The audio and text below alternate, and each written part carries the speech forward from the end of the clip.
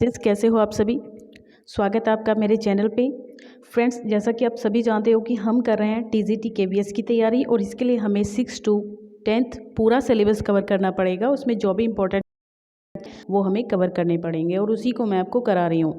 मैंने 8-9 चैप्टर हनी सकल बुक के आपको क्लास 6 के करा दिए हैं और अब जो ये हमारी चल रही है ये एक पोयम भी मैंने करा दी है। ये 2nd नंबर की पोयम है और इसका नाम है the kite bye Harry Ben. तो हैरी बेन की ये काइट नाम की पोयम है, बहुत ही इंटरेस्टिंग है।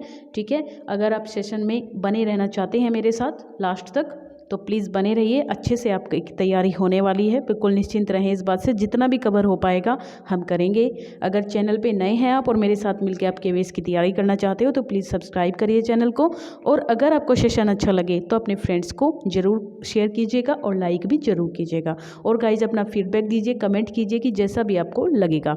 ठीक है, तो चलिए बिना किसी देरी के हम अपनी ये पोएम शुरू करते हैं प्यारी सी। नेक्स्ट, हाँ, तो all of us like to fly kites. भाई हम सभी ने बचपन में पतंग उड़ाई हैं, ऐसा कोई बच्चा शायद होगा नहीं जिसने पतंग ना उड़ाई हो, गर्ल्स में और बॉयज़ में। तो have you ever tried to fly one, है ना भाई, सभी ने की है, ये कोई पूछने की बात है क्या। तो read this poem about a kite and is flies in the sky, कि कैसे आकाश में एक पतंग उड़ती है, तो ये हमें देखना है। तो how bright on the blue is a kite when it's new, मतलब एक जो पतंग है वो कितनी चमकीली होती है, कितनी नीली नीली चमकीली होती है आकाश में जब ये बिल्कुल नई होती है।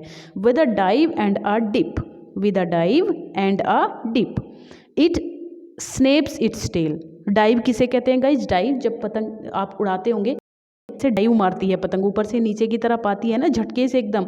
और डिप मतलब है जब वो नीचे आती रहती है धीरे धीरे, उसको हम डिप कहते हैं। It snaps its tail, snaps होता है जैसे वो अपनी लहराती नहीं है हवा में अपनी पूंछ को, टेल को, तो उसी को हम स्नैप्स करना कहते हैं। तो किस तरीके से ये अपनी स्नैप्स करती है अपनी टेल को हवा में।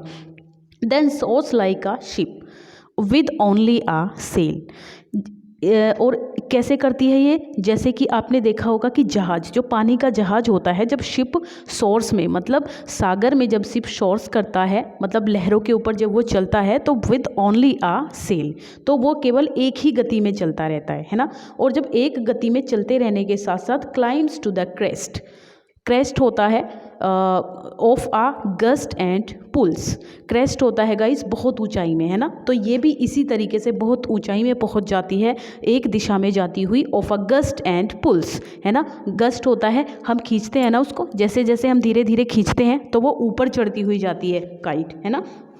Then seems to rest and wind falls, और फिर ये कैसी लगेगी हमें, बिल्कुल आराम करती हुई नज़र आती है, बिल्कुल एक लहर में वो चलती रहती है ना। तो एंड विंड्स फॉल्स, और जैसे ही हवा चलती है, अच्छी हवा अगर चलेगी तो वो एक लाइन में बनी रहेगी, लेकिन अगर हवा अच्छी नहीं चलती है तो गाइज वो ऊपर नीचे होती रहेगी, इधर उधर होती रहेगी। ये आपने देखा होगा जब आपने पतंग उड़ाई होगी।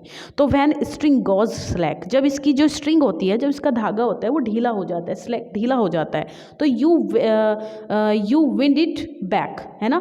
तो आप क्या करते हो, इसको फिर वापस खींचते हो, है ना, जब ढीला हो जाता है तो वापस लेते हो इसको। एंड रन अंटिल, और तब तक रन करते हो जब तक कि एक न्यू ब्रीज ब्लॉस, जब तक कि अच्छी हवा में ये तैरने नहीं लगती है, एक अच्छी हवा नहीं आ जाती है, तब तक आप इंतज़ार करते हो इसका, है ना। तो एंड इट्स विंग्स फिल, और इसके जो ये पंख की तरह, जब इसके पंख भर जाते हैं बिल्कुल हवा से, एंड अप इट गोज, तो ये पूरे तरीके से ऊपर जाती हुई नज़र आती है ना। जब ढीली हो जाएगी तो आप इसका धागा खींच लेते हो, और जब अच्छी हवा आएगी तब आप इसका धागा छोड़ना शुरू कर देते हो, तब ये पंखों में जैसे पक्षी हवा भर के उड़ान भरते हैं, तो ये भी इसी तरीके से उड़ान भरती रहती है ऊपर की तरफ। How bright on the blue, मतलब कितनी ब्राइट लगती है ये, is a kite when it's new, तो ये शायद दोबारा आ गया गाइस, है ना, व्हेन इट्स फ्लैप्स, हाँ नहीं दोबारा क्या, हाँ ये लाइन दोबारा से है। तो how bright on the blue, मतलब कितनी नीली और कितनी प्यारी लगती है ये, कितनी चमकीली लगती है ये जब ये नई होती है। बट अ रेगडर, रेगडर होता है गाइस जब ये फट जाए या फिर ये डैमेज हो जाए तो उसको रेगडर कहते हैं, फट जाती है ना, गंदी सी हो जाती है। तो यू नेवर विल सी, तो तुम इसको कभी नहीं देख पाओगे। When it flaps on a string, flaps होता है जब इसका धागा टूट जाता है ना। तो जब धागा टूट जाएगा और ये टूट के नीचे आएगी तो फिर आप इसको कभी नहीं देख पाओगे, क्योंकि पता नहीं है कहाँ जाके गिर जाए, in the top of a tree, ये एक पेड़ की चोटी पे भी अटक सकती है, कहीं पे भी जाके गिर सकती है, फिर आप इसको फाइंड नहीं कर पाओगे। तो ये थी हमारी प्यारी सी पोएम। अब गाइज इसमें कुछ चीज़ें हैं जो मैं आपको यहाँ पे बता देती हूँ। लिटरेरी डेयर्स की बात करते हैं, क्योंकि पोएम में से आपसे जो क्वेश्चन पुट किए जाएंगे ना, वो पहले ही बताया हुआ है कि ग्रेजुएशन लेवल के पुट किए जाएंगे। ऐसे नहीं है कि आपसे कोई लाइन देके उसकी मीनिंग पूछ ली जाएगी, क्योंकि मीनिंग तो इसमें बहुत आसान है। तो लिटरेरी डिवाइस मैक्सिमम आपसे पोएम से पुट की जाएंगी। तो यहाँ पे देखें आप, सबसे पहले देखते हैं कि राइम स्कीम क्या बनती है इसकी।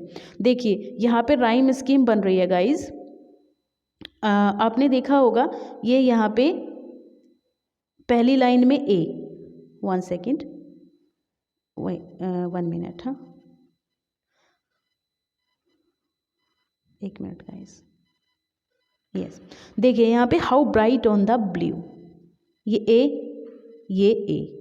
यहाँ पे तो ठीक है, कोई दिक्कत नहीं है। With a dive and a dip, और डिप और टेल का तो कुछ बन नहीं रहा है ना, तो यहाँ पे क्या, इसको हम बी दे देंगे ना, और इसको हमें अलग कोई सी देनी पड़ेगी यहाँ पर। और शिप किससे मैच कर रही है, अब आप ऊपर देखें, डिप से शिप मैच कर रही है तो बी, राइट। और सेल टेल से कर रही है तो ये यहाँ पे सी। तो गाइज ए बी सी, ठीक है, B C A B C या ए बी सी, ये आप कहेंगे यहाँ पे, ये पहले वाले में 4 में बन रही है। और अगर दूसरे में हम देखें तो बी सी यहाँ पे बन गई। 1 सेकेंड गाइज, 1 मिनट, देखिए यहाँ पे बी सी बन गई थी। और अब देखें आप क्रेस्ट यहाँ पे हमारा यहाँ से कोई मैच नहीं कर रहा है, तो ए बी सी तो आपकी इसमें बनी है। Climb to the rest on a gust and pulls, यहाँ पे देखें आप, ये रेस्ट, 1 सेकेंड गाइज, देखिए ये यहाँ पे बन रही है ए और पुल्स की बन रही है बी। मैं इनको ज़रा इरेज कर दूँ, 1 सेकेंड, नहीं तो हमें समझ में नहीं आएगा। चलिए अब मैं बताती हूँ आपको, ठीक है, 1 सेकेंड गाइज। चलिए तो आप यहाँ पे देखें ए और ये बन गई आपकी,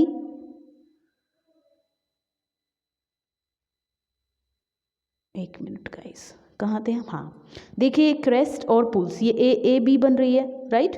अब ये ए बी बन रही है तो इसमें आप देखेंगे कि रेस्ट आ रहा है, फिर फॉल्स आ रहा है, पुल्स फॉल्स है ना, तो रेस्ट क्रेस्ट, ये फिर से ए है और ये फिर से बी है, तो क्या बनी आपकी ए बी।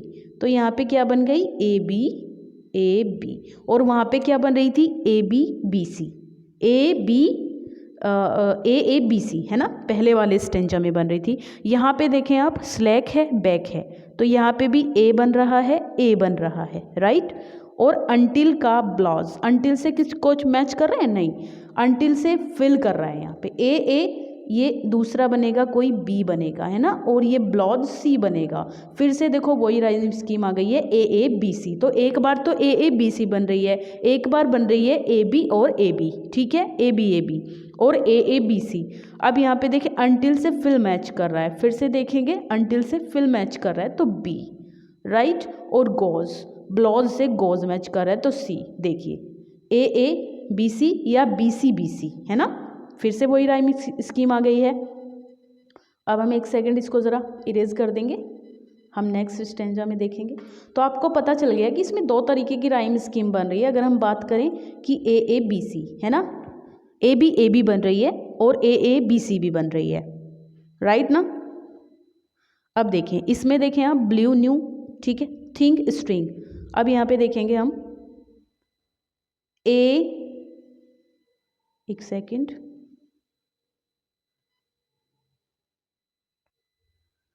देखें यहाँ पे ए बी सी, और ये बन रही है हमारी व्हेन इट स्ट्रिंग से कर रही है, थिंग से, बी से, ये बी बन रही है, और ट्री से बन रही है सी, यानी कि सी। देखिए ए बी सी, ठीक है, तो ए बी सी बन रही है, और 4 लाइन की हमें देखनी होती है, तो इसमें ए बी भी बन रही है अपनी, और आपका क्या बन रहा है बी सी भी बन रही है कहीं पर, और ए बी सी भी बन रही है, ठीक है। तो ये तो थी हमारी राइम स्कीम्स। अब इसमें कुछ और भी है जो मैं आपको बता दूं, है ना, मैं आपको बता दूं जरा क्या है इसमें। देखिए आपको यहाँ पर कुछ और भी मिलेगा इसमें। देखिए आप कहीं पर क्या आ रहा है, सोर्स लाइक। देखिए इस लाइन में देखें आप, यहाँ पे अपना सिमली, सिमली नाम का जो लिटरेरी डिवाइस है, क्या कहते हैं, फिगर ऑफ स्पीच कहते हैं इसको।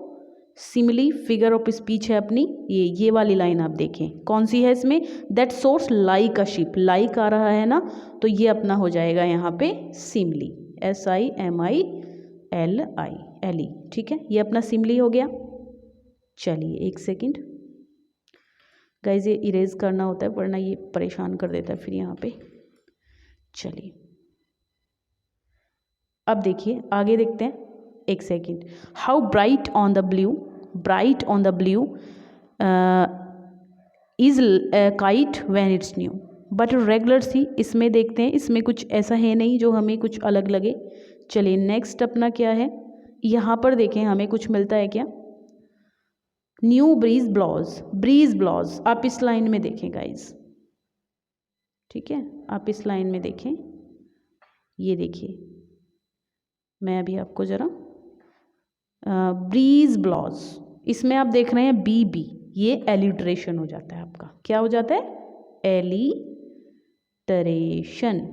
ये भी हमारा एक फिगर ऑफ स्पीच है। सिमिली तो होता है एज लाइक सो, जहाँ पर भी आ जाए कंपैरिजन होता है एक सी चीज़ों का, वहाँ पे मतलब अनसिमिलर चीज़ों का, डिसिमिलर चीज़ों का कंपैरिजन होता है, तो वहाँ पे अनफैमिलियर कह सकते हैं, वहाँ पे सिमिली होती है। और एज लाइक सो, इससे सिमिली को तो आप बहुत ईजिली पहचान सकते हो। और एलिट्रेशन भी बहुत आसान है। एलिट्रेशन में क्या होता है, आपको 2 या 3 लाइन में ऐसे वर्ड्स मिल जाएंगे जो एक ही लेटर से शुरू होते हैं, जैसे कि यहाँ पे बी से बी से शुरू हो रहा है और ब्लॉज भी बी से शुरू हो रहा है, तो यहाँ पर हमें ये भी एलिट्रेशन भी मिलता है। तो ये हमने बात की है आपसे किसकी गाइज, ये हमने आपसे बात कर ली है लिटरेरी डिवाइसेस कौन कौन सी हैं इसके अंदर, है ना।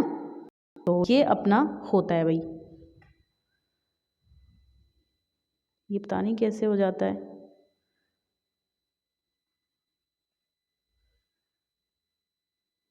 चलिए फिर, है ना।